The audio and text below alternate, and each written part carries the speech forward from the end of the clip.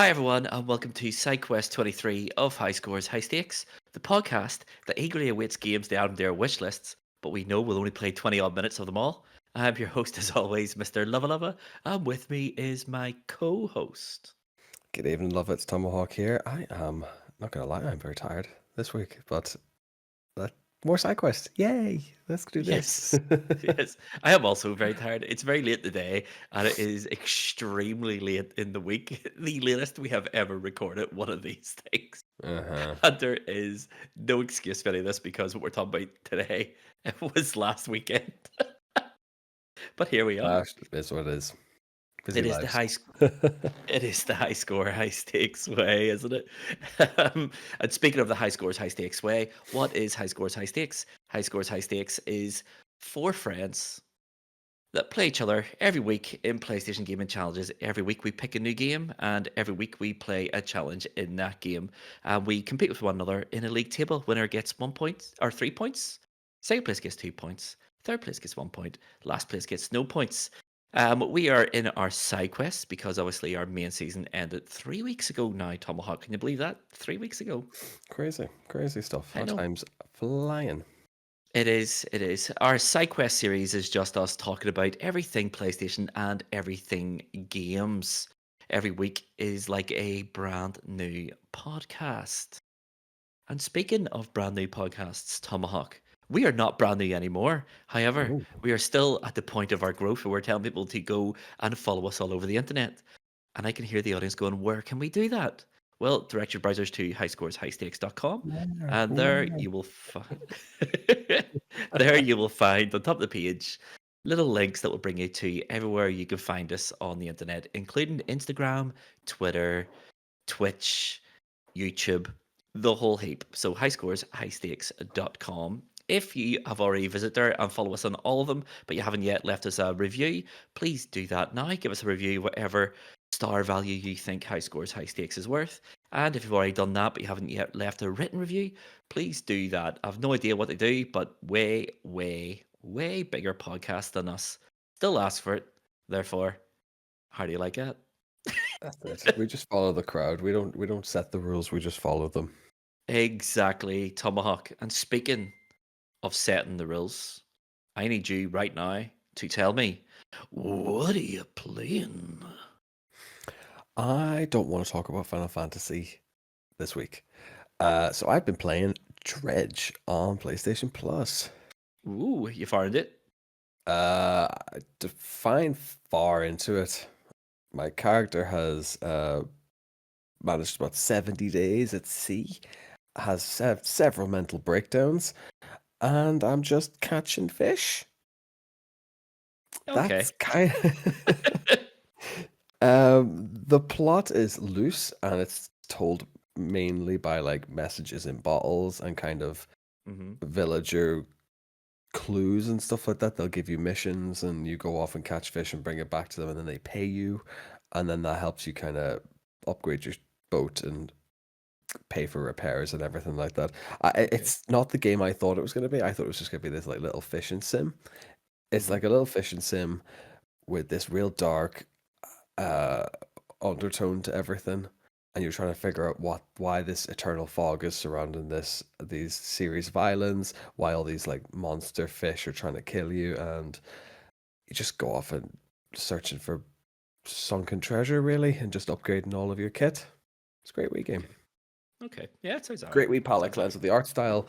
I was doing some stuff for the socials for this the other night, and I remember you giving off about Team 17 with golf for your friends. This is the same guys who did that as well, Team Okay. 17. So, Okay. such a different game than golf with your friends. I will say that much. Good, because Golf with Your Friends has some major issues. Fix it. But yeah, Team Not. 17's the publisher house, aren't they? Because they Yes, that's publish right. Worms and stuff. Yeah. Uh-huh. So it's cool. Like it's got loads of different like aspects that I didn't really think. It's like if you go out into the middle of the night and don't have a light, your character's insanity meter will come up, which will prompt like hallucinations, like like you could be just sailing in a straight line. Next thing you know, you'll come across a random rock just like floating in the ocean. You'll spot other ships in the background, like tooting their horn, trying to get your attention. If you toot your horn back at them, they'll make a beeline for you, but it's not a ship. It's a sea monster disguised as a ship. It's all these like Right. cool. It's all these cool wee features, and the game does constantly give you this like fear of the unknown. And Okay. even though it's just a simple little, I don't want to call it a puzzler, but whatever this game is, oh, it has me constantly living in fear that someone's gonna jump out at me even in the middle of the day. I love that. That's amazing. That is amazing. So, what is the gameplay loop of it? Sail your ship, and then is it like David Diver, where Uh, you just fish? Basically, so you start off like dawn. You basically set off at like 6, 7 a.m. or whatever it is. As you are active, time passes as you're fishing or dredging for bits and pieces or fish. Hmm. Time will pass there. If you're just idle, nothing happens. And then as you go out at night, the NPCs are constantly telling you don't go out at night, or if you're gonna do it, at least have a light. And if you don't, then as I say, your insanity meter builds up. But if you go out at night, you can catch different kinds of fish that are worth more money, Okay. and you can capture different kind of mutated versions of all the fish that you catalog as you go, and they're worth even more money. Hmm. You meet this one Okay. mysterious dude who's like, go find me all these artifacts, and that seems to be the main focus of the game. And each Hmm. island you go to has another series of side missions as such. So yeah, the story's a bit loose, but the story's as much as you want to go investigate, really. You could just go and do fishing dusk till dawn for eternity if it so pleased you. Okay. Okay. That sounds quite. Sounds quite. It sounds quite interesting. 2D, I'm presuming. Top down. 3D, 3D. It Oh, has 3D. this like character design of like Dishonored, but Mm-hmm. it looks as if you're playing a slightly more polished Wind Waker. Oh, okay. Yeah, Okay. so it's really cool looking. Okay. That is And really it's free. interesting. It cost like I had it wishlisted for when it went on offer, and then PlayStation Plus put it on their premium. So stars aligned. Can't be bad for that. Yeah, absolutely. Hmm. Absolutely. Yeah, because I know its crossover is with David Diver, but the only Ah, thing I yes, could it has. see, the only thing I could see with that is at the end of every night when you're done with the sushi restaurant, you'll see a ship sailing at night, and it's the wee dread ship, and sometimes a sea monster will attack it. Sometimes Uh-huh. it'll get you more items and stuff like that. It doesn't seem to be that in depth with it, to be I honest. know that's it. That's as in depth as Dave the Diver is, to be honest. Yeah. Yes. Yes. So apart from Dredge, anything else? Nothing really of merit. There was that. I was just saying it before record that I'm going to try and pronounce this properly in case I get shouted at. Anotria. It was a another Italian indie company doing a Souls-like. Basically, you play as a character called the Maskless One. It's basically Hmm. like a marionette type figure. You go off with your sword, go attack some bad guys, and every boss you beat, you can take their mask and take some of their abilities and stuff. It has this like Elden Ring, Bloodborne vibe to it, Hmm. but it's Hmm. set in like the Italian countryside. So it looks great. Yes, I do know what game you're talking about now. Just what you said about the puppets. Yes, I Hmm. do know. That came out maybe last year, maybe the year before, but last Oh, year, I think it I think. actually released. I think it's only this year. I think it's only a couple of months old now. But I was playing the Possibly. demo. The demo's been out for a while, at least anyway. So I cracked on with it. But I could be just the demo not being super polished, but it could just be the Unreal 5 engine. But I always have this opinion that when the character's in motion, all of the textures and all of like the environment just look like really blurry and distorted. But that could Yeah, just be a artistic choice. It sounds like motion blur. You're talking about like yeah. per object motion blur. Hmm. Yeah, Unreal Engine 4 loves that. It looks awful on a big TV. Okay, that It would be does. what it is then, because I've been playing it on the monitor, and then I moved it to the big TV the other night just to have a look and just see if there is a graphical difference or even just a upscale or anything like that. But it just looked blurry. But the game for a demo, solid. But again, I'm gonna probably wait till that goes on some sort of offer or discount anyway to give the full Yeah, whack a go. or PlayStation Plus. Exactly. Yeah, yeah. But no, nothing else of any merit. As I say, I've been Final Fantasy's going on in the background, but we've talked for weeks and weeks on that one. Though I'll probably discuss that again Yeah. once it's finished. But in the meantime, lover, you tell me, what are you playing? I have been playing Street Fighter 6 and pretty much Fantastic. only Street Fighter 6. So obviously during the PlayStation State of Play, they announced the second season of characters for Street Fighter 6. And then I was all hyped because Bison's coming back and Terry Bogard is coming to the game. And I was like, I need to get back into Street Fighter 6. So I went on to my Steam Deck. And of course, they had the season one fighter pass on sale for like Okay. £15. So I picked that up. And for the last week, I have been doing nothing but labbing with Ed in Street Fighter 6. Okay. Okay. And I was wondering why I was struggling so hard with him. And he is tagged as a difficult character to use by Capcom. So Ed, for those who don't know, Ed is a boxer, which means that he has no kicks. Um, but yeah, he's awesome. He is an awesome character. Really, really difficult to use, but really tricky for your opponent as well. He's got a lot of crossovers and he can do a lot of different things. He has this fireball, but the fireball doesn't move. So it's basically like a force field that Okay. stays in front of him. It literally just comes and goes. It instantly disperses.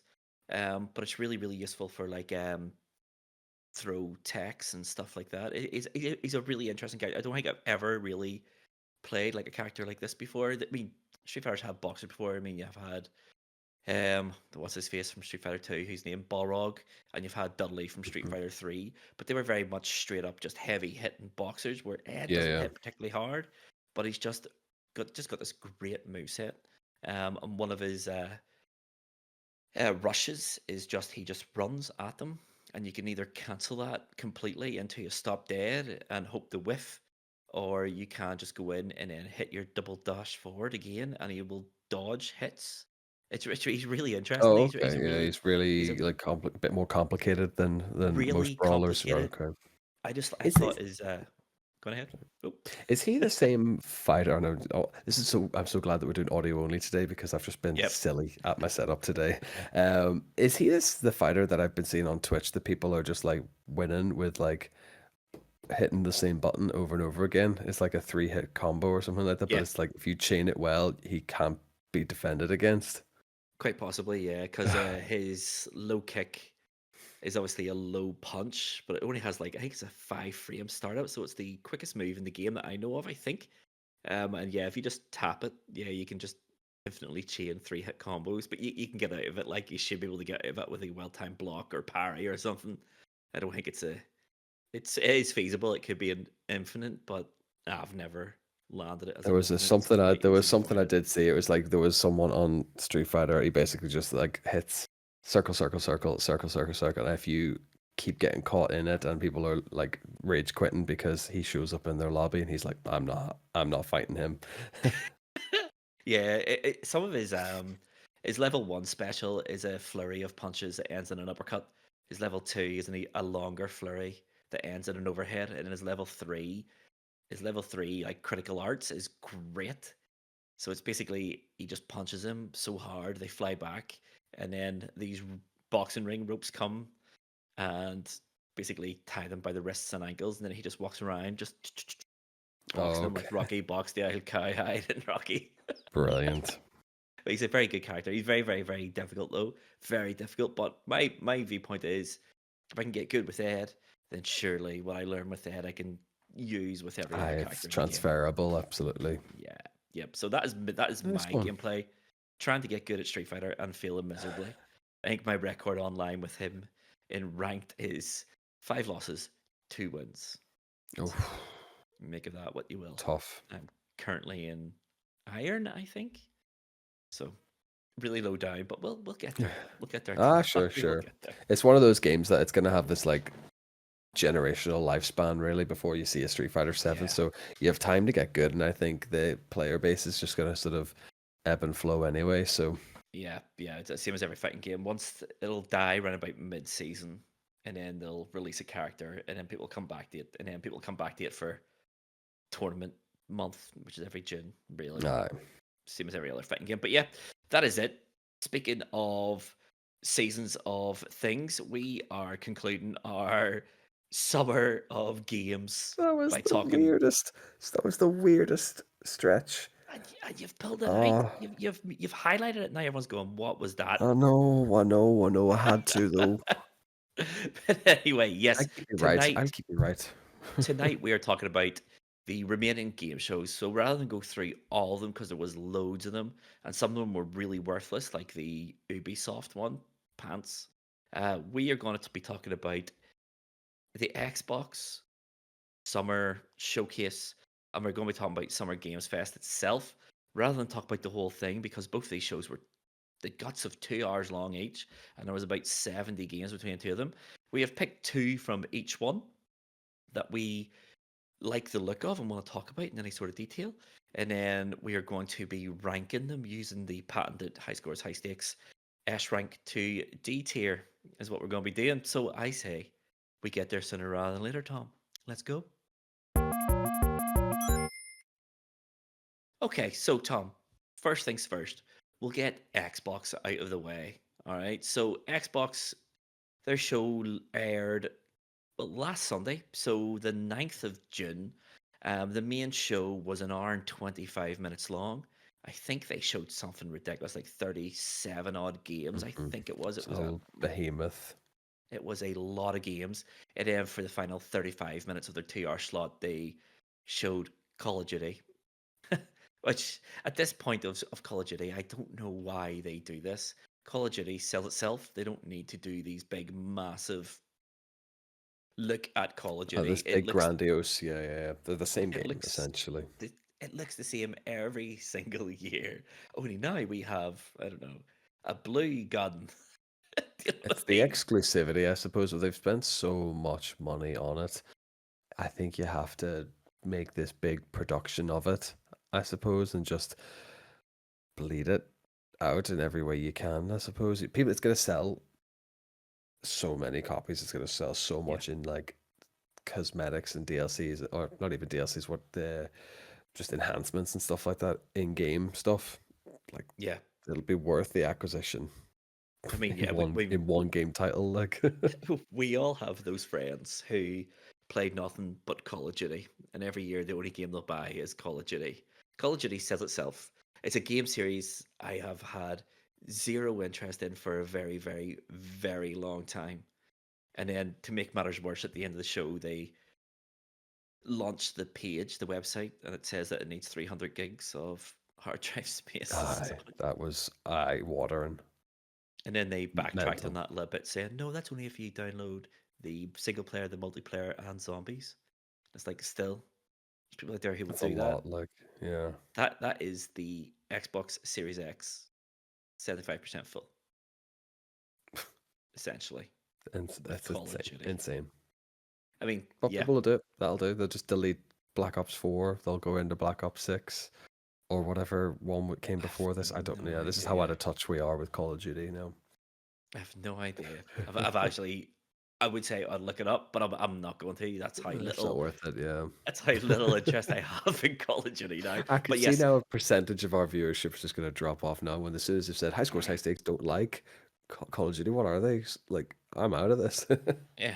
I mean, Mr. John Cherry loves it. So if you want to watch High Scores, High Stakes playing Call of Duty, Mr. John Cherry on Twitch. But enough about Call of Duty. Enough about the games we're not interested in. Let's talk about two games each that we are interested in. What is your first game that you saw at the Xbox show? You're going, you know what? This looks better than Call of Duty. Um, no, yeah, okay, I'm gonna kick this one off pretty Xbox classic. The only thing that annoyed me about it was that it was in-game engine. It wasn't actual gameplay, which shows how Hmm. far off they probably are from release. It was Gears of War E-Day. Yes. Uh, the cinematic alone, I was just like, oh, nice, we're getting a new Gears of War, and I was just like, oh my God, we're actually getting a prequel.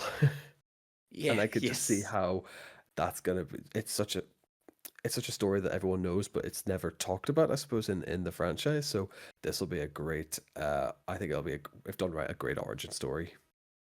I Yeah. can't wait. Yeah. When it started, I was like, well, this is clearly Gears of War, but what's going on here? My instant thought was there's been rumors floating around they're remaking the original one, and that's why I thought this was because of the Mad World cover they had on it, and it was Marcus and Dom. But then when it zoomed in at the very, very end on Marcus and Dom, I was like, yeah, Dom looks very young. And then they announced the title for it. It does look really, really, really interesting. But yeah, I'm the same as you. This is going to be 2026, I think. That's it. Like I, face I, value, that was too much cinematic and not enough kind of. Oh, look, we have a well-loved franchise for Xbox, but we're not gonna give you a definitive date.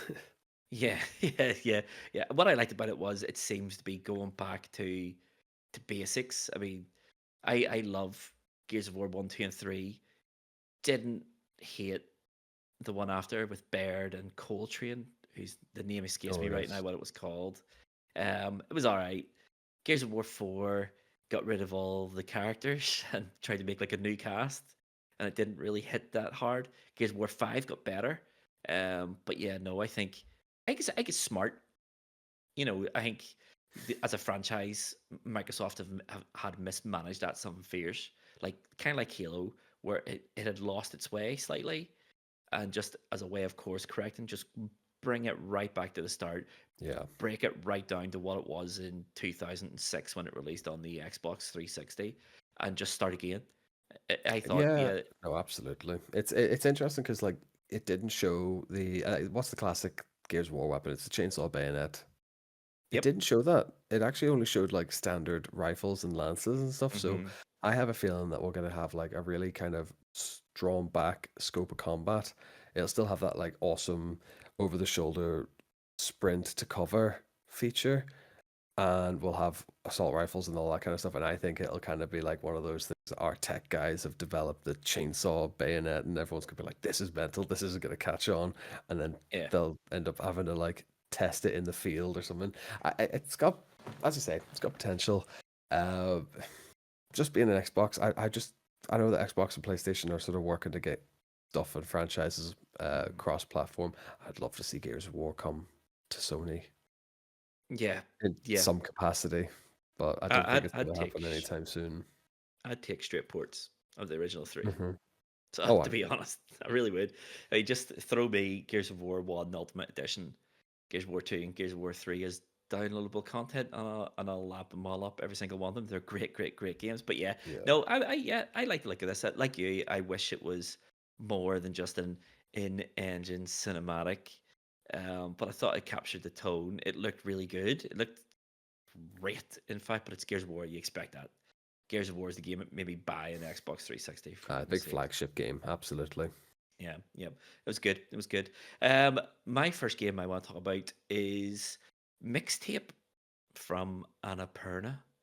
So Mixtape was that game set in the 80s, and it's like every 80s movie you have ever seen in your life. So it's basically 80s inspired adventure, and the whole idea of it is it's a mixtape of genres. So it is just using like side scroll, and it has BMX levels that seem to be top down. It has third person exploration. It has a third person flying. I Okay. think I saw some skateboarding in there, but all of it, it just has the aesthetic of like the Goonies or Super 8, movies that, Oh yeah, yeah, yeah, just absolutely captured that generation and that moment in history, I suppose. yes, Yeah. just like this innocence where all the adults are useless and it's down to the kids to save the town or kill the monster, whatever it be. But yeah, no, the trailer for that looked great. It looked really, really funny. It seems to be like really, really heavy on the story. And it's clearly pulling from cinema. I think Oh, that that looks trailer, gorgeous. yes, that trailer just screamed Steven Spielberg to Hmm. me. I just So it even did. looking at screen grabs here, and oh yeah, like I just see that. I see what you mean. It's like that over shoulder shot. They're skateboarding and down this like hill on this Yeah. highway or whatever. Yeah, it looks awesome. It does. Sign me It up. looks amazing, and it's from, I think it's the same development team that did the Artful Escape, which released maybe 2 years ago now. It was really, really good as well. But the soundtrack for it, oh my goodness, the soundtrack is amazing. It is Oh, no, absolutely you'd expect amazing. that, yeah. Because I'm Yeah, just saying, as soon as you said Annapurna, you got like Stray, Out of Wilds, that sort of thing. So you know that kind yeah. of. style that you're going to get with that game. Yep. And I think if it's, as you say, sort of 80s driven sci-fi adventure or whatever, however you think it's going to pan out, yeah, you're in for a Yeah. real treat there. Is that one, was that, I know it's announced at the Xbox showcase, but was that Yeah, cross-release? PlayStation 2025. But it's Okay. coming out on Xbox in 2025 as well. So I don't think it's going to be, it's not an exclusive at all. It's a multi platform game. I think it looks really good. I think it could be absolutely spectacular if they nail, and they seem to be doing it, if they nail, as long as the story's not too crazy. I don't know why the kids were flying, but I'm hoping it's kind of like some sort of like sci-fi sort of thing, kind of like along the lines of Hmm. like Flight of the Navigator or something like that. This really personal story told with this extravagant thing going on all the while. I just think it looks great. The Artful Escape was great. So I've got really high hopes for this, and it looks really different. And I think that was a lot of what can be said for the weekend of Summer's Games Fest. There was a lot of time for these sort of smaller scale indie Yes, no, developed absolutely. And games. I think when we And talk about the Summer Fest as well, that was something I wanted to highlight massively. The like this era of indie gaming seems to be mhm, it's rife at the minute. Yeah, yeah, it's the biggest I've ever seen it since maybe 2013, 2014, when all of a sudden you had all these indie developers just releasing all these games everywhere all the time. I'm here for it because if it's going to take 6 or 7 years to make a AAA game, s- something's going to have to fill the void. And yeah, it looks like we have all these great wee indie developers that are going to fill the void beautifully for us and give us experiences that we just wouldn't get from Sony or Microsoft anymore because it's just too risky and there's a massive risk of losing capital. But yeah, yeah. mixtape looks amazing. Very, very excited for it. I will be picking that up as soon as it comes on PlayStation. Not a problem. What was your second game, Tomahawk? My this one was another one because it was another in-engine cinematic trailer that we got. But Doom Dark Ages really sort of piqued my interest. Okay, yeah. And Doom being the sort of tried and tested formula that we have, like you go to the hostile planet, you blow up a load of aliens, and everyone sort of happily, merrily saves the day. And then it was just like, no, here's this gauntlet that crushes skulls and fires skull bullets at armored, um, like dragon type aliens. It just screamed bonkers, and just a nice looked. It looked like a nice fresh setting for the franchise, really. Yeah, yeah, I think yeah, Doom. Doom. Where do you A start with weird. Doom? Doom's a weird one. Like it just is. It is what it is. It doesn't really deviate from that formula too heavily.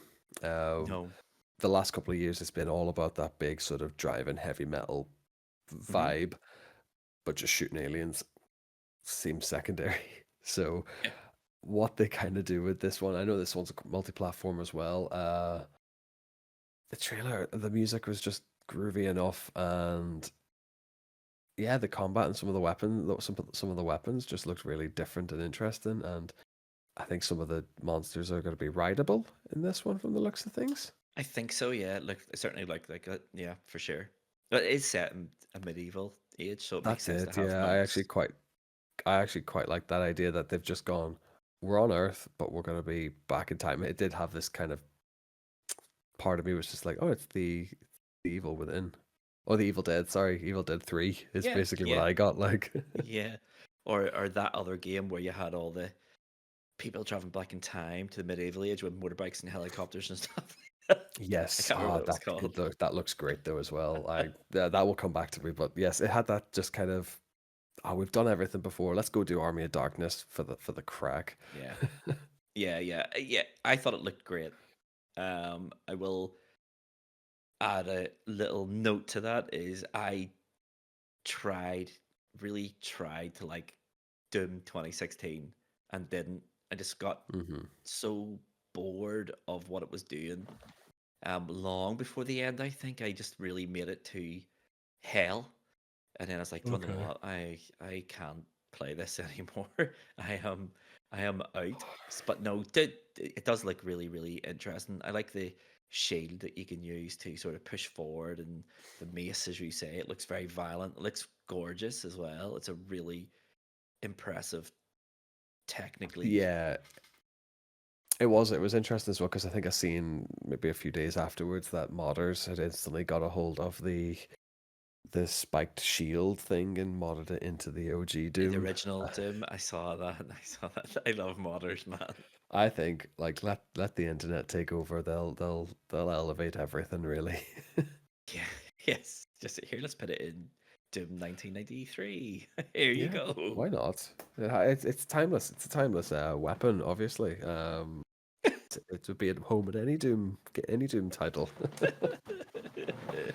But yeah, no, Doom looks all right. Yeah, but again, yeah, I can't remember what the release date for that one was. It's this year though, 20, isn't it? oh, maybe 25. I had 25 in my head, but I have a feeling It that could be. that could be Could be coming out 20. soon enough, actually.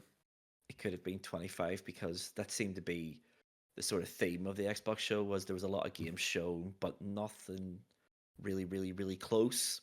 There was a lot of this is coming in the future. This is what you can expect from Xbox, and it was one of the things that sort of left me a wee bit cold on it. But Ah, yeah, yeah, no 2025. Yeah, just has no 2025. definite window. I'd imagine it's probably first quarter, or maybe early summer. You would imagine it'll be here before this time next year. So yeah, quarter one, say. Hmm. Um, my second game that I want to talk about on the Xbox show was that Wu Chang Fallen Feathers, which was the Souls-like ARPG that's set in like a fantasy Ming Dynasty China. It looked really, really interesting. It screams Bloodborne. 100% it screams Oh, Bloodborne. really? Yeah.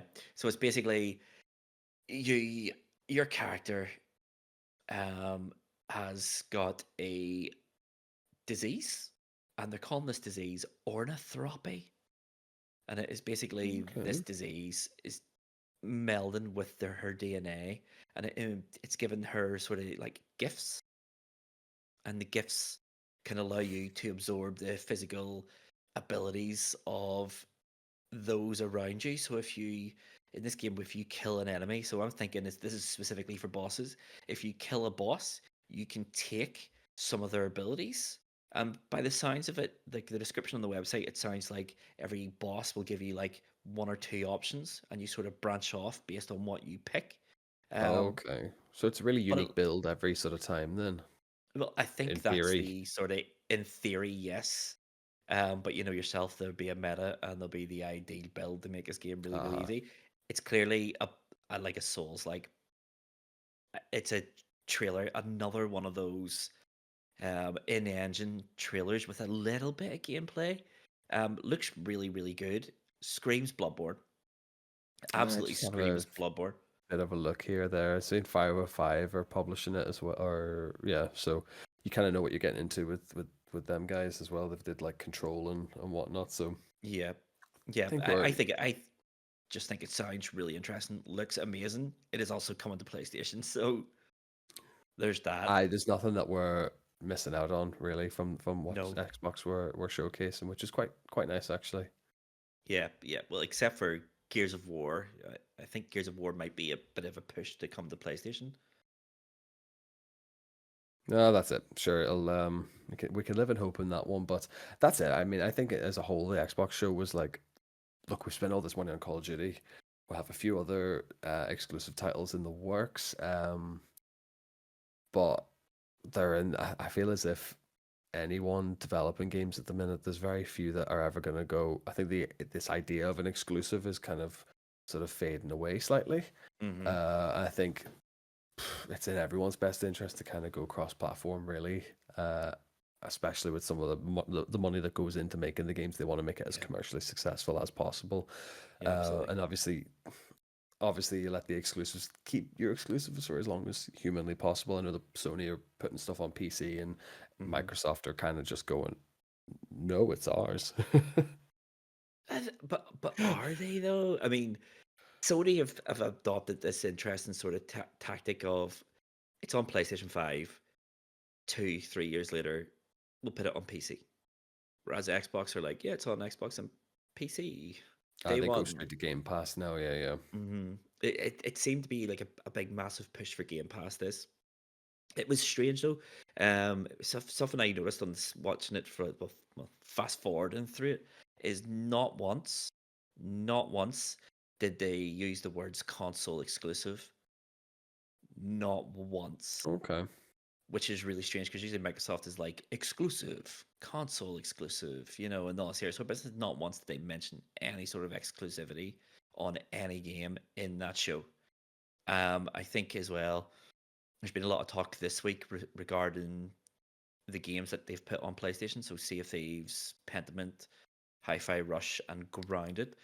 Hi-Fi Rush. Sea of Thieves was the most downloaded game on PlayStation in May, which means that that is doing some serious numbers. I think we're Yeah, getting yeah. more Xbox games. We're definitely getting more Xbox games on PlayStation. It'll be very interesting to see which ones they pick. I don't think it'll be Halo. I don't think it'll be Gears of War. Oh no, it'll be the studios that they were like, oh yeah, we love these studios. We'll share the wealth with everyone, and then immediately close the studio Yeah, yeah. because they can't afford the running costs. It's like your next game's gonna be how long? Okay, bye. You're all fired. That's it. Is there any other games you want to mention just in I passing? Any honorable mentions of Xbox? I have one. Not that I can think of. I did genuinely read the list in passing after the fact. I had Mhm. other events to partake in at the last weekend there. So, no, I have nothing else really to add to this. I had a wee list. I was going off purely face value, and the two names that stuck out to me were the two existing franchises that I was most familiar with. Okay, yeah. Well, the only game I want to mention in passing is Kinetsugami Path to the Goddess. That is that Capcom game that they showed on the State of Play, I think it was. It's the one. It looks like Devil May Cry, where you have a goddess and you're getting her through a village to eradicate it from demons at nighttime. They went into a bit more detail here. Obviously, it's coming to Xbox, it's coming to PlayStation. Um, so it's basically a strategy game meets Devil May Cry meets Tower Defense. Basically, your character's job is to escort the princess through the town, defeating enemies, defeating demons, while keeping them away from her, and also enrolling the help of villagers who all have different skill sets, and using them Okay. with like sort of turn-based elements to the combat. I think it looks really interesting. It looks gorgeous as well. That RE engine is Oh, it's incredible. fantastic piece of It kit. just It looks very Capcom. I will say that it much, just it as a just quick never look through. yeah, it never ceases to amaze me just how much they stretch that engine and just what that engine does. And it makes me really excited to see what the REX engine is going to look like. The best part about Kinetsugami is it's coming out on July 19th, which is like Oh what yeah, it's very soon. No. 4 weeks away now. I think it looks really good. I'm really interested to play it. Will I pick it up day one? Probably not, but I will definitely pick it up on a sale when it gets a wee bit cut off the top. I think it looks really fun. It looks really interesting. It looks really different. It could be brilliant or it could be awful. I think Capcom for the last 5, 6 years now have built up enough goodwill with customers that it probably could be a sleeper hit for them. I think people will give it a go because their track record's really strong these past That's four or it. 5 years. Really strong. They have just come out of nowhere and just been absolutely annihilating it recently. And it all started with Resident Evil 2. That's it. This whole remake thing for them is just on, as you like to say, gangbusters. But I think this is one. If it was that July release, and then July 19th, Monster Hunter's not out to 25 as well. So 2025. if this as you say could be one that people are going to pick up and go, well, this will do. This kind of has that similar vibe. Yep. I think you could be on to a good a loyal Capcom fan base will pick this up and play it definitely. Yeah, I will 100% give it a go. 100%. I think it looks really interesting. It looks so different that it almost seems criminal not to give it a Yeah, chance. I think if you don't give this game a chance, I don't think we've anything to stand on. We say game is playing it too safe. But it is what it is. That's all I want to say about it. I think it looks really good. I'd urge people to give it a go. I will give it a go. But now let's get down to brass tacks here, Tomahawk. Let's rate it. S tier to D tier. What are you giving the Xbox show? Because I didn't watch it, C tier. Oh my goodness. Sounds really Absolute, terrible, doesn't it? absolute harsh. But here, if you didn't watch it, what else could you give it? I would give it a B tier if I hadn't seen it just because it's middle, but bang. I'm going to give it an A tier. Okay. I'm giving it an A tier. A couple of reasons for it. There was a lot of games in it. A lot of games. Um, and there was a good mix of games as well. There was a lot of first person shooters. I'm glad that they kept Call of Duty out of it, except for the trailer at the very beginning. They showed the trailer, the advert for Call of Duty said we'll revisit this in at the end of this here. Um, but yeah, there was a lot in it. A lot of first person shooters. I have no interest in first person shooters that aren't called Titanfall 3. Um, I'm really not. And I think a lot of the games were far too far away. I don't think we needed 6 games in a row that were all 2025 and nothing beyond that. Yeah. I think they could have narrowed it down, told us what's coming out in 2024, kept the 2025 stuff for the Game Awards in December, which seems like a better place for those, and just sort of goes, this is what you can expect from Xbox. Here's what it is. Some games looked really, really good. So you had like your Gears of War.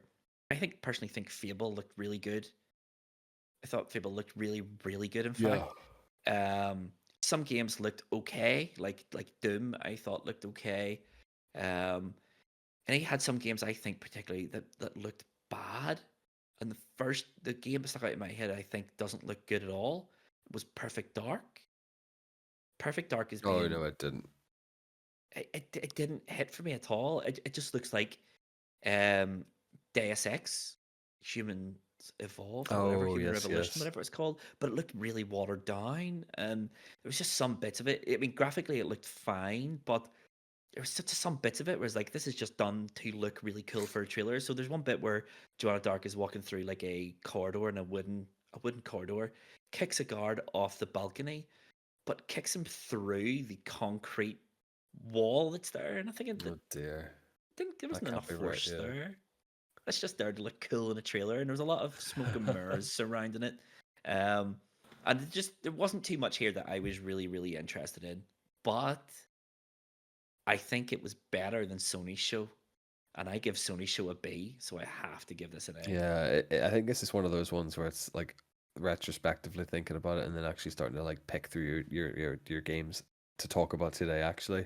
Um I think if I had more time to like dissect all the lists and have a look at a few trailers, I probably would give it a B upwards. Mm, But yeah, just showed up. It just showed up at the wrong time in my life to pay any attention to it really. And as soon as it was Xbox Showcase, I knew that there was going to be cross-platform, but I knew mm, that they were going to be so heavily focused on Xbox and Xbox only and Game Pass really. yeah, yeah. I mean, a lot of my personal feelings are my personal feelings. I'm not saying it was a bad show. It was just for me personally, there was a lot of games that they showed. I was like, I have zero interest in this game Uh-huh. at all.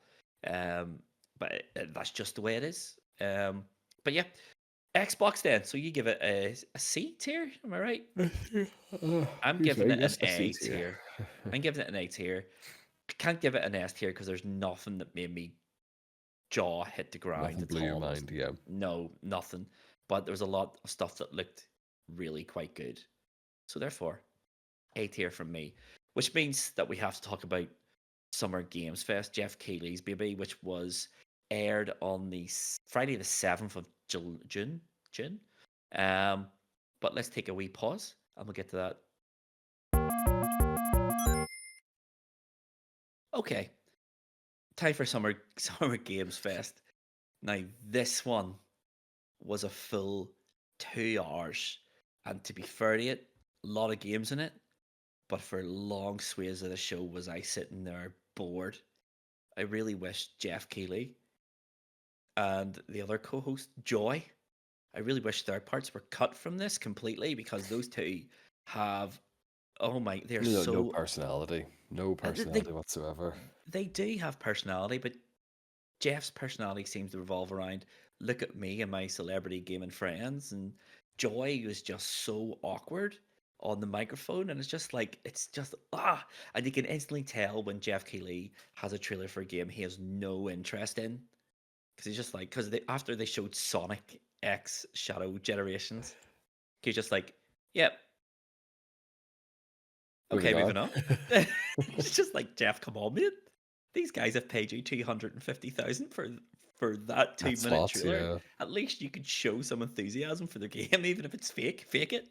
But yeah, anyway, enough about Jeff Keighley. I don't like the man. Uh, Um, I've no respect for Jeff Keighley as a journalist at all. High Scores, High Um, Stakes just want to apologize for the views that Lova shared on this episode, by the way, just so you know.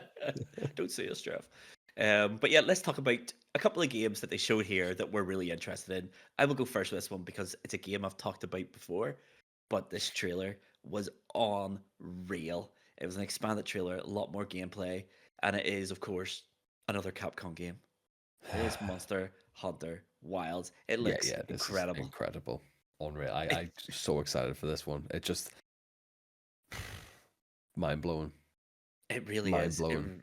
It really, really, really looks incredibly good. It's just ridiculous. It's just Monster Hunter World, which was by all accounts amazing. I do own it. I've never really played it beyond the beta they released just before the release, but it just looks like they just took everything and just logically upgraded everything. Hmm. It's just like this next logical progression for it. There's just so many new things in it that just look amazing. Like we talked about it in the State of Play episode, the the weather effects, the changing of the terrain, the graphics, the monsters themselves just look amazing. The ecosystem, how they all interact with one another. I think it just looks next level. It looks next gen. Yeah, It just no, that wasn't really much more to say there. It just does. I think they showed it without showing off. Really, this is what I yeah. thought was genius about Capcom. They just went, "Here's your trailer. Here's X, Y, and Z features. Um, Monster Hunter fans just enjoy, and I think it's gonna suck in a lot of new fans for it as well. I Because I'm all for a Monster Hunter, but I think that kind of always my perception of a Monster Hunter game always is just that kind of wee jungle setting, kind of, hmm or thereabouts. This being just set on like a desert tundra hmm looks great. yeah. It just looks so fresh, so different, and it just looked gorgeous. And I'm thinking I was struggling to tell sort of difference between cinematic and gameplay, and Yeah. that's usually a good sign. It's a really good sign. It's a really good sign. I know I've been listening to a lot of the coverage about Summer's Game Fest afterwards this week, actually, and I know that there was a demo for journalists behind closed doors. They weren't allowed to play it, but they were shown in a cinema room. Basically, the developers playing it, and the reviews from it have just been, "This is insane. Huawei, This game is yeah, insane." I'm really excited for it. It makes me want to get back into Rise and maybe the even Rise, the get Shadow, yeah, yeah. into World as well. So I'm all for it. Monster Hunter looks great. I talked about it at length in the Sony one. What's the first game you want to talk about with Summer Games Fest, mate? I kind of want to talk a little bit about Dragon Ball Z Sparking Zero. I just think this game is properly going to push boundaries of how an anime game is going to look in relation to its source material. Mm-hmm. Um, without nerding out too much on the lore and everything like this, I loved the old Tenkaichi Budokai series for this. I've been watching a load of gameplay on this. From what I could see, it like as I say, it's so seamless to the actual anime. The reviews are saying it's basically like playing the show. Um, Okay. the roster with like I know that a lot of games with like a stacked roster do this thing where they just like put multi phases in separate character slots. Mm-hmm. Whereas they're boasting something like 150 characters, but like one character could have like 7 or 8 different transformations, but that is Yeah. technically one character. So it's not Hmm. bolstering numbers by saying like, oh look, we have Goku and 5,000 Super characters. Yeah, Saiyan yeah. Goku. Yeah. They're not individual characters. So like, what you could go base Goku, but then do all of his transformations in battle, and Okay. then transform down as well. This is what I thought So, was always really good about the original games. so is this a Uh, fighting game? yes, yes. So it'll be a Like fighting game, a but it'll also be like play out. the series in like sequential order of all the fights. Essentially, you'll watch a cutscene, you'll fight, you'll watch a bit more cutscene. It's sort of a bit more of that problem we had with Fighter Z, I suppose. Yep. But there was something that they'd shown. There's one particular stage. It's like a martial arts arena, Mm-hmm. and as they're fighting, they'll cut to the announcer on the arena, and he'll be like talking about the action, and everything will start to get a bit more high octane. But then it'll trigger a cinematic in engine for all the crowd evacuating the arena, Okay. and then the arena becomes destructible, and it opens up to a Okay. fully Sounds open awesome. world arena, which I've never seen. Which, to be fair, to be that like in the moment for a fighting game, it's gonna. I think it might push some serious boundaries for what a fighting game can do. To be honest. That sounds awesome. So it does. It does Yeah, sound really good. It's a game, but it's like, oh, Dragon Ball Z. Okay, cool. Wake me up when this one ends. The cover art for the box looks amazing. If I will say that much that's about it. the Yeah, game. I've been nerding out with the guys from Play Along Pod about this one. I think it must be not. I don't want to say a generational thing, but I think it might be a generational thing. Yeah, it must If be. if you're into Dragon Ball Z, you're really into Dragon Ball Z. And Mhm. I think when that first was teased, I was like, "Oh damn, we're getting a new franchise." And I'm like, "Oh, actually, no, we're getting a sequel to probably one of my personal favorite fighting game franchises." So There we go. yes, and it's October. We got a release date as Yeah, it well. is. It is. Yeah, yeah. It's October 24, so quarter four. Can't wait. Interesting. Interesting. Speaking of martial arts, my next one is a martial arts game, and it is Mighty Morphin Ooh. Power Rangers. Rita's Yes, Rewind. absolutely. Yes, can't This looks bloody wait. class. Now, This looks class. I have in my notes the scrolling beat 'em up is back. Yeah, 100%. 100%. When Street Rage 4 came out, it was a real novelty. It was like, oh my god, they're making these again? Really? And then Hmm. Capcom released their beat 'em up collection, which was just a collection of scroll beat 'em ups from the 90s, and they were all right. They had aged quite poorly because they're so simple. Street Rage 4 made it so in vogue, and since then, they've just been pumping these things out left and right. We've had a new That's Double it. Dragon. There was Turtles, and now we have Mighty Morphin Power Rangers. The only one missing is X Men. If we get an That's X Men it. game like this, but yes, This one this had looks. so many. It had so many different like phases. It wasn't just like a typical scroll and beat 'em up. It No, had like that kind of tunnel type shooter where you're on yeah, this roller Unreal coaster. shitter with pixel scaling and stuff like that. Yeah, yeah, yeah. It looked awesome. It looked Like awesome. just but it didn't stop. It was like a full 90-second trailer. It was just here's a new thing and here's a new thing and this is gonna like this is what the game's gonna do. And you could tell that that's all in game. That's all happening. Oh yeah, yeah, yeah, yeah, yeah. The pitch for it is really interesting. So this is being published by Digital Eclipse, who their track record recently has been incredible. They're the house that um re-release all the old titles. So they re-released the Aladdin, Lion King. They re-released Okay. the Disney Afternoon Connection. They've done the Mega Man collection for Capcom. They did the Atari 50th collection and stuff like that. Digital Eclipse, their track record really recently has been unbelievable. I think Atari bought them recently as well. Um, but yeah, no, so they're pitching this as this is a long lost Power Rangers arcade game from the early 90s. So that's why it looks the way it Okay. does, and that's why it's all that mishmash of genres. So from the video alone, from what I remember, you had it was a scroll and beat 'em up, obviously, and then you had like road rash style, like motorcycle levels. You had Yeah. first person sections, like you said, super scalar sort of into the screen shooter, and then you had first person combat with the Megazords and things like this. Yeah. Like that the Uh, complete Megazord stuff is just gonna be crazy. And I know like I quite liked Turtles and I really enjoyed Streets of Rage. I think this is just like but it's Power Rangers, you know it's gonna be just bonkers, but it's like the Power Rangers that probably I grew up watching. Yeah. and sign me up. I think it's gonna be that sort of bonkers, cheesy, that pulsating guitar riff Yes. Yes. Yes. nonstop. It is called Mighty Morphin Power Rangers. So that was the Yeah, first season here. That's the one that hit when I was like 10.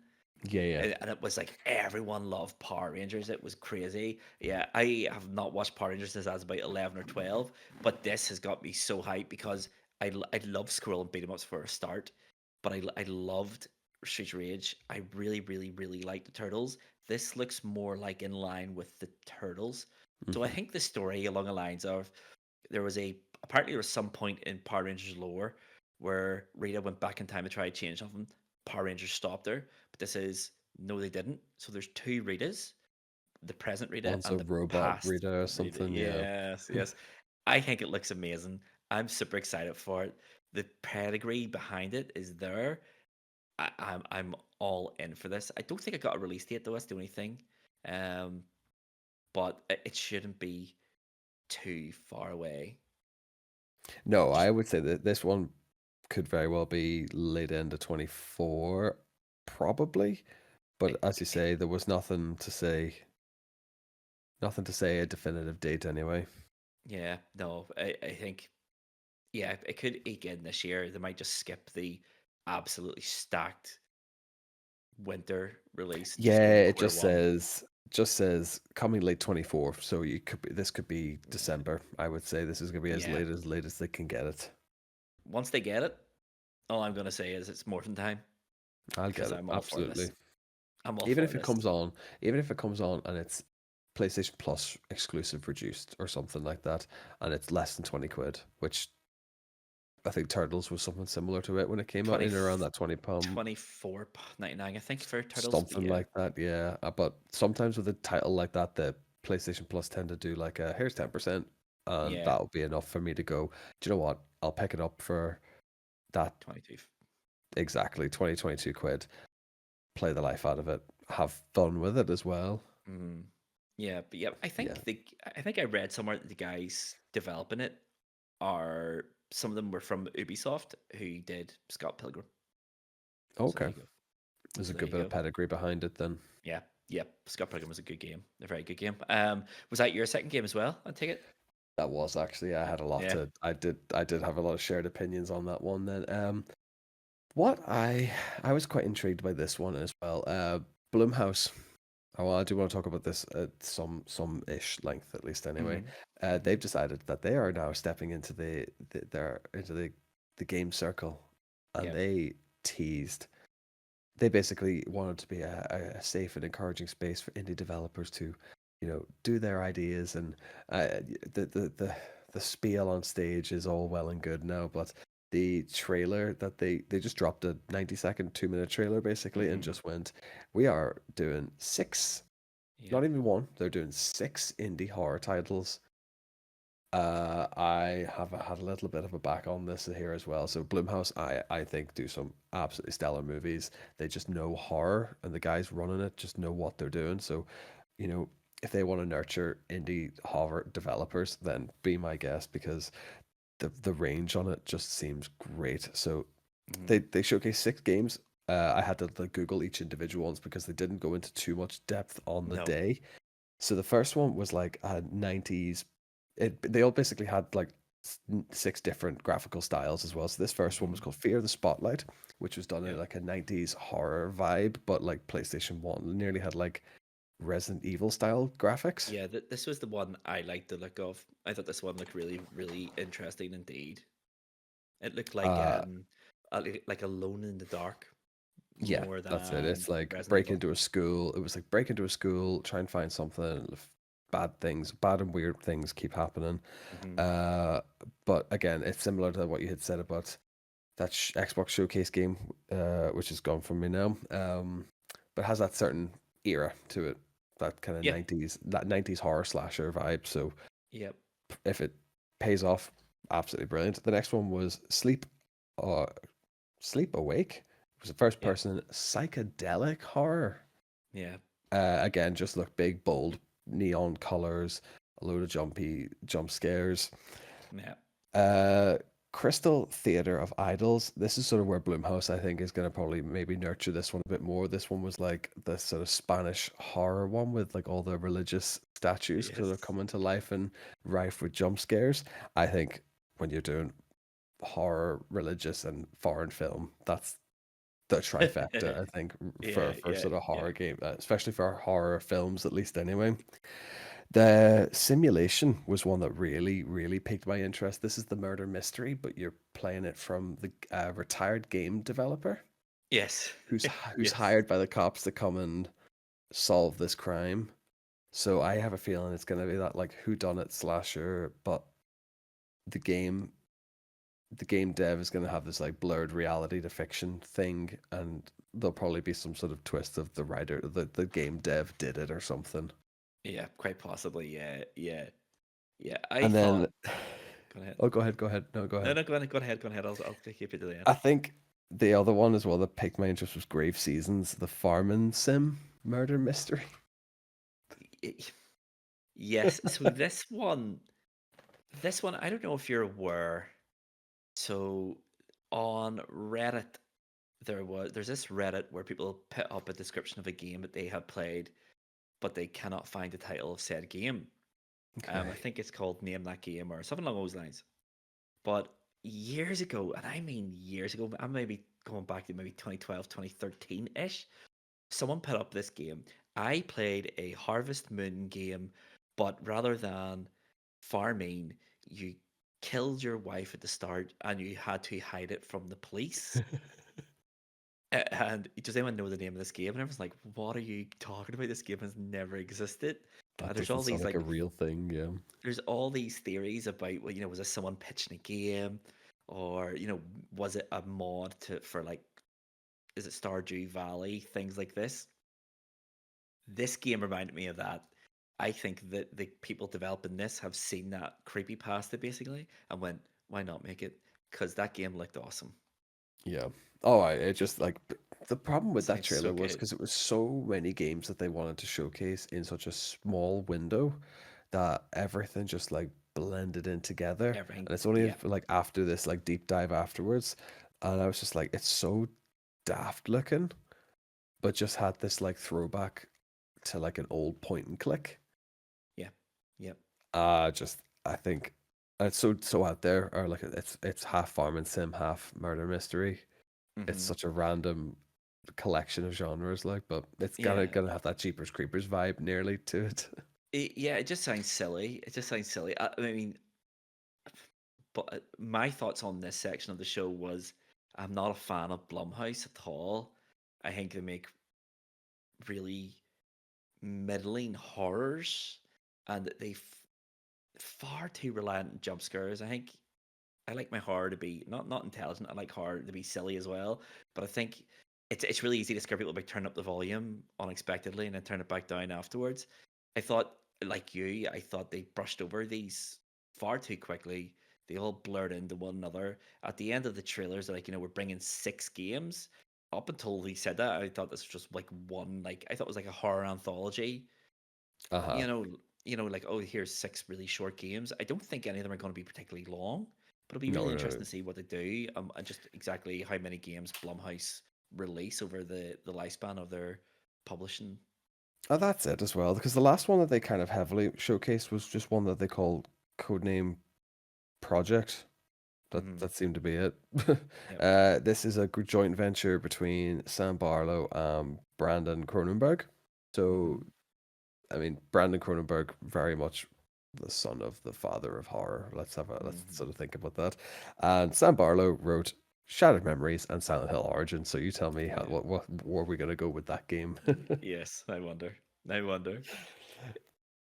But yeah. Yeah, and then they signed that one off with, if you're, as I was doing my research for this, was prepare to have your mind broken. So I feel as if that's going to be the one that they're gonna push the Yeah. heaviest, or Yeah. they're gonna push all six equally. Who knows? Yeah. It is it's an interesting thing, and they weren't alone with it.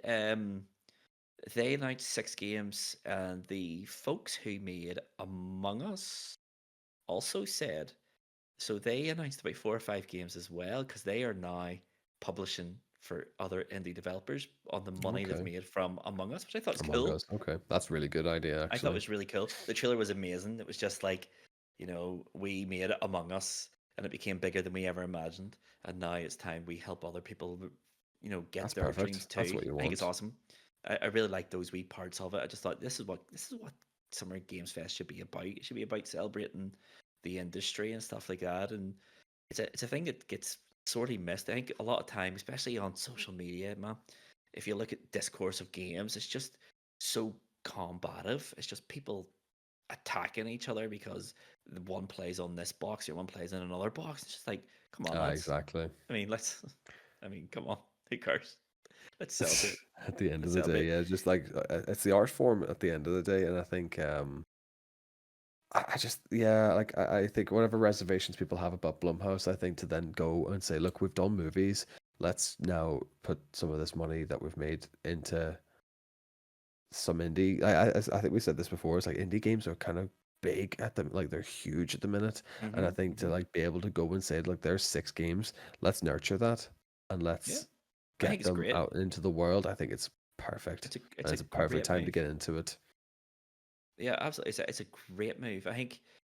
I think if AAA games development is going to go one way here, and it could go. I think it probably will go. I mean, if you, I read somewhere recently that Prince of Persia: The Sands of Time remake, which has had one trailer a year ago, maybe 2 years ago now. One trailer I said did we're see this, remaking yeah. it. I think I read somewhere recently that 3,500 people have put some work into that game. It's not even released. But where is Sands of Yeah, there's no Time? proof of it now. Yeah, it doesn't seem to And exist. and it's just like all the signs are pointing to if 3,500 people are making a game that hasn't released, how much money has that game cost? And are they realistically going to make that money back? Absolutely not. No, not a And chance. I think gaming's on a if something doesn't change, it's completely unsustainable. And it's going to go one way and it's going to go straight into a brick wall and there'll be a crash. I think it's really interesting that Microsoft show had a lot of AAA games, but I thought it was really telling. This show had a lot of smaller scale indie games in the main show, and then after this, they had an indie show which was 1 hour long, and it had some really interesting looking games in it as well.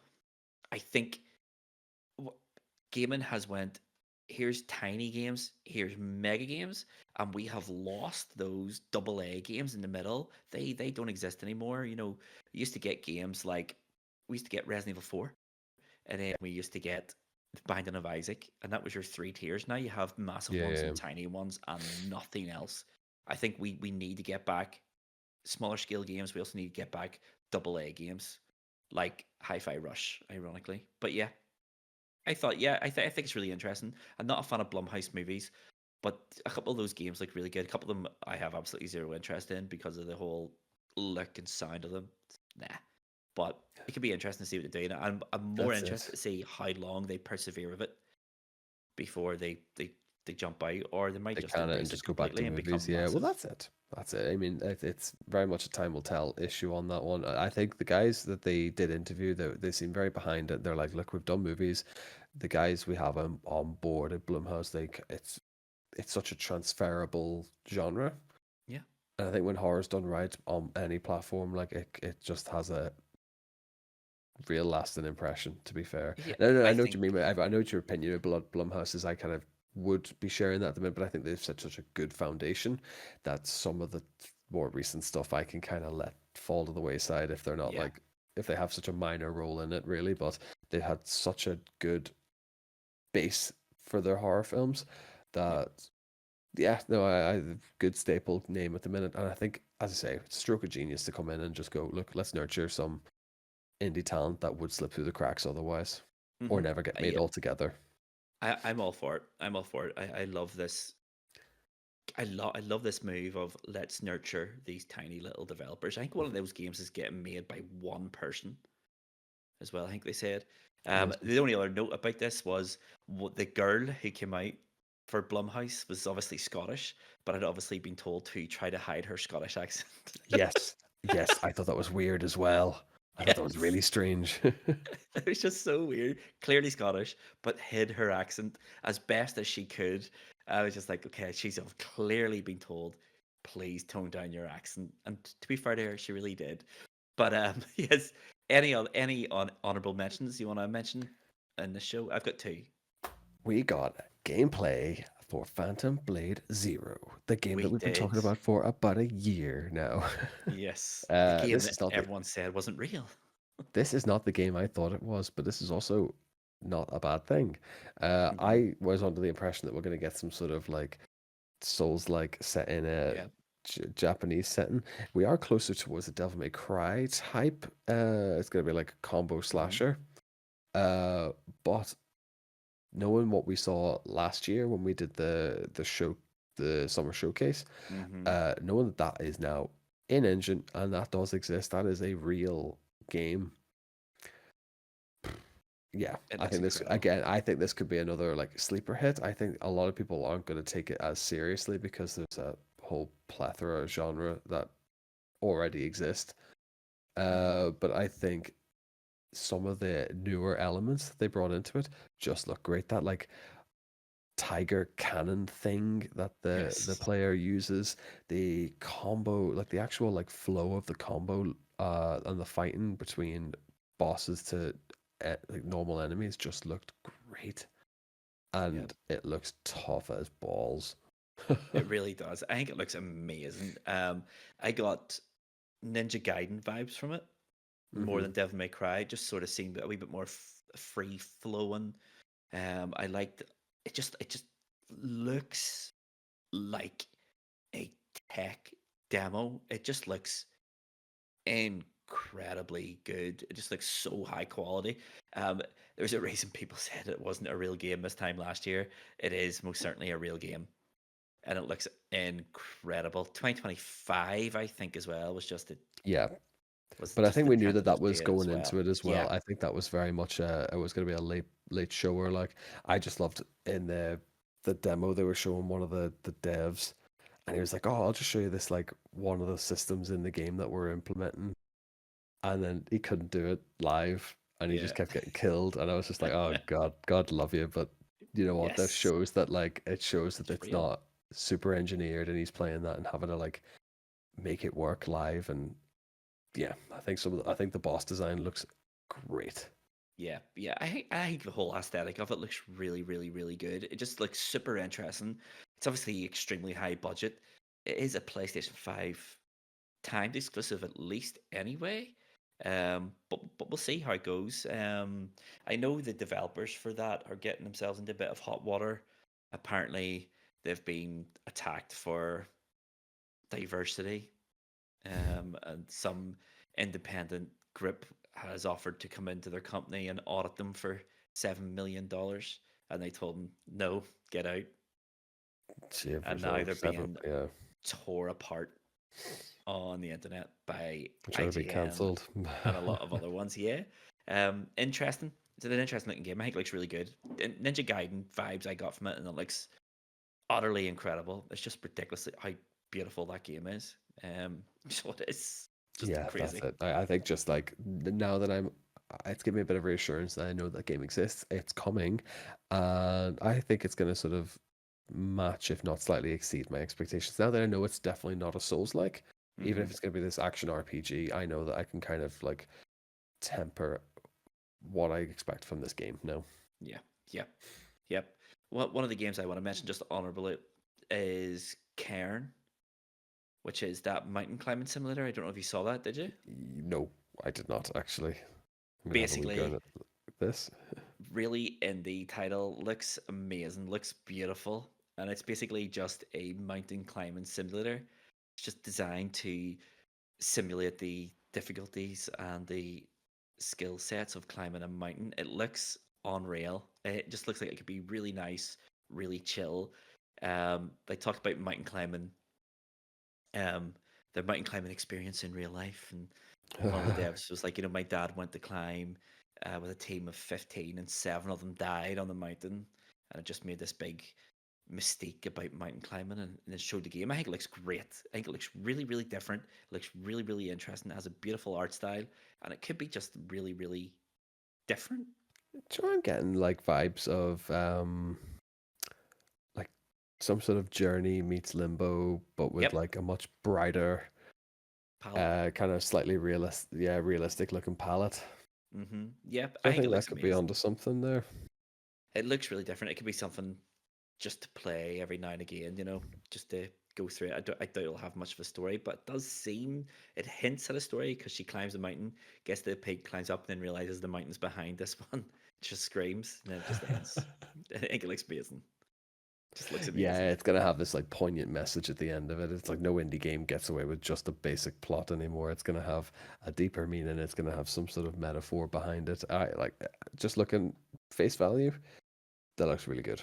And Really, really. the message is going to be about life and death because isn't a Uh-huh. cairn the old Celtic burial site, the pit on top of mountains, the stones that stack on top of each other? Isn't that a cairn? Yes, yes. Yeah, so there we go. Spoiler alert. Sorry. And then the next game I want to talk about very, very, very quickly was just a trailer. It was nothing else. There was a leak before the show, which showed one screenshot plus the logo for this. The screenshot, I don't know, it looks amazing. It's Civilization 7. So I Yes. didn't think I'd Um, ever see the day I'd come on this podcast and talk about a 4X strategy game. But the our season long challenge for Civ 6, I really enjoyed it. I really yes, no, enjoyed playing it. I so liked much fun. the gameplay of it. I think Civ 7, as long as they get rid of the win condition of Holy Wars, get rid of Oh that, yeah, yeah, yeah. bring it back closer to Civ Religious 5. victory. Yeah, yeah, Yes. Just yeah. get rid of it. Yeah, I think that trailer for it was just so just drama, just full blown drama. Yep. And then next thing you know, you knew as about halfway through, I was like, "This is Civ 7, isn't it? It's Yep. definitely gonna be Civ 7." And then it just that title comes up, and I was like, "That is really." I will I buy it straight away? Probably not. Will Cardinal Smith buy it straight away? Most definitely, yes. I think I will too, to be honest. I think I will too. I think I really enjoyed Civ 6. And back in the day, I was massively into Civ 2. But yeah, I don't know. I think if it looks the screenshot that leaked looks really good, and it looks really different to Civ 6. So we'll see. We'll see. I There's a think slightly it's different art only style. it was like a 15-second trailer, so there's not much to go on here. But just wanted to give it a bit of a hype up because I know before the show, Jeff Keighley put out a tweet saying that they've take is it 2K? It's 2K are 2K, yeah. going to bring one of the biggest franchises in gaming to the show. Everyone was like, "Oh my god!" And it was Civ 7. Factually correct, but I don't think that's what most people were expecting Not from what it it. was intended.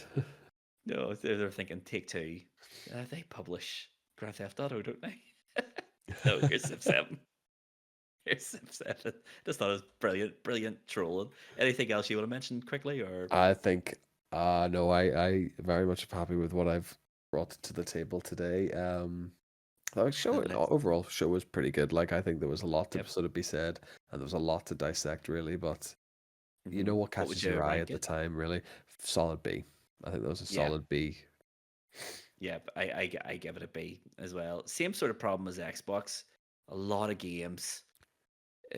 Many of them we knew about beforehand anyway. Some Uh, surprises in there. I think Phantom Blade Zero was a big surprise. Civ would have been a big surprise if it hadn't been spoiled by Take Two hours before the show. Um, but like there were so many things. There's so many problems with it. First one is Jeff and Joy as hosts are just so bad at it. Jeff, God bless him, he tries. He's just not very good. Joy is just far too awkward on a microphone. Um, and then this is a show that these people, these companies pay up to $250,000 to have a trailer on. So this is a show about adverts, but there was also adverts in the show. Like it took breaks to talk Yeah. about Razer products and all this business. I'm like, what is going on here? This is a show about adverts. Why you show me adverts? And it was so long. Like it was so long. I by the end of it, I was hoping and praying for this to be the one last thing. 2 full hours. I Two know full that's it. hours. You want it to be when it is essentially going to be teasers and snappy gameplay footage. You want them to be, you know, quite quick and quite quick It doesn't succession have that way.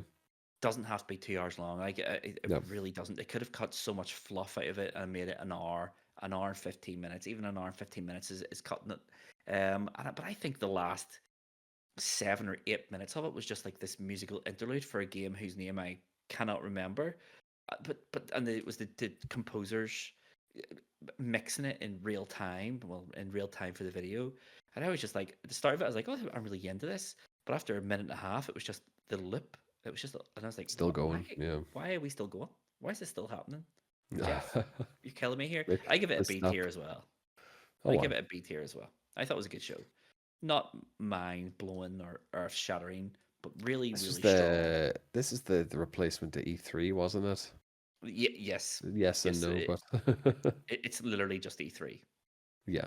I mean, let's be honest here. Jeff Keighley went on a campaign, what, 8, 9 years ago now, against E3, saying it was bloated, it was too this, it was too that, we don't need it anymore. Games company's going to announce all this stuff again. And then all of a sudden, he brings out Summer Game Fest, and during the pandemic, I think it was, saying, oh, this is going to be better than E3. It's E3. It's literally, it has become what it replaced.